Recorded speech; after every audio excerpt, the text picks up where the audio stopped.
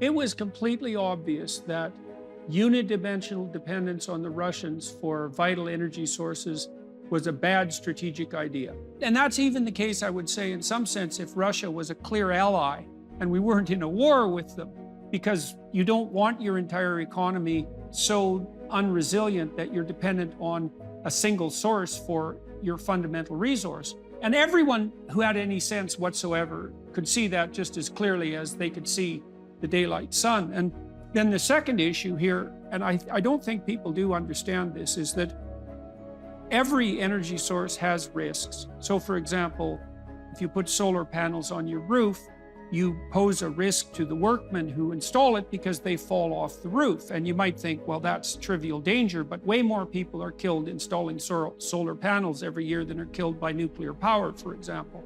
And so every energy source has its risks. And I grew up in northern Alberta, and people had fracked there for decades. No one was concerned about it in the least. And so then when everyone started to short out about the dangers of fracking, we all knew, people that I knew that that was just rubbish.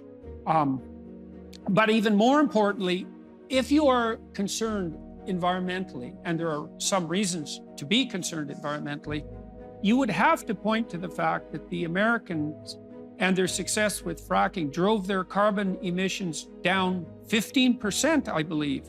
And as you pointed out, they're the only industrialized country that has managed this. And so if you were really concerned about the environment and not just an idiot communist anti-capitalist, you would note that and you'd think, well, this is a lot better than the alternative, which is high energy prices, which are hard on the poor, hyper dependence on the Russians as single source energy. Well, and then the fact that if you don't frack, you have to turn to alternate energy sources that are going to pollute or leave you vulnerable. Now, is there anything wrong with that analysis, even from the pro-environmental front? So I think the fundamental point here is that we were so worried about global warming that we forgot to realize we need to be worried about a lot of other things, like, for instance, being security dependent on Russian gas. So look, if we had a wonderful peacefully coexisting world, there's nothing wrong with getting your power from other places, because actually, where they can do it most effectively is probably a better idea. But obviously we don't live in that world, and I think it's been clear for most people, at least for a decade or two, that Putin was probably not our best ally. And so clearly we should have been more concerned. This is what happens. I think this is sort of the step back we need to take.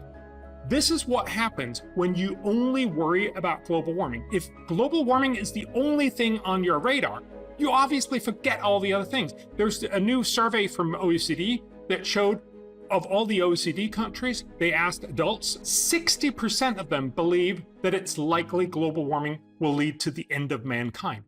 If you think this is the end of the world, then obviously nothing else matters. It is not. Global warming is a problem, yes, but it's not by any means the end of the world. And one way to look at that is, we've just seen a lot of heat waves, and those are horrible. And remember, heat waves are damaging and they will kill some people. They're definitely dangerous. But after all, they will probably kill, in the order of a couple of thousand people. Remember, every winter, we probably see about 300,000 to 600,000 people die from cold in Europe. We don't have a good sense of proportion if we're only focused on and it's actually a lot more, so 100,000, 200,000 people that actually die from heat across the year, but forget the many, many more that die from cold. And that's what we're going to see this winter when we run out of sufficient fossil fuels, and some people are going to start freezing. We will be much, much more worried about cold waves than heat waves, but that's not how the media present it. And that's why we're in trouble. About 1 billion people are likely to be starving, and this winter it'll probably be even more because we don't have enough food. One of the ways you produce food in this world is through fertilizer. Fertilizer is what drives it, but of course, most synthetic fertilizer is made with gas.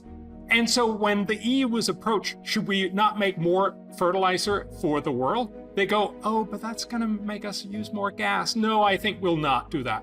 There's something morally wrong about this of saying, yeah, you know what, a couple 100 million people are going to starve, but at least we didn't use extra gas. The same way as much of the rich world is saying to the poor world, you guys, you know, we got rich from using lots of fossil fuels, but you guys, you don't really need that, which of course, to a very large extent, means leaving them in poverty.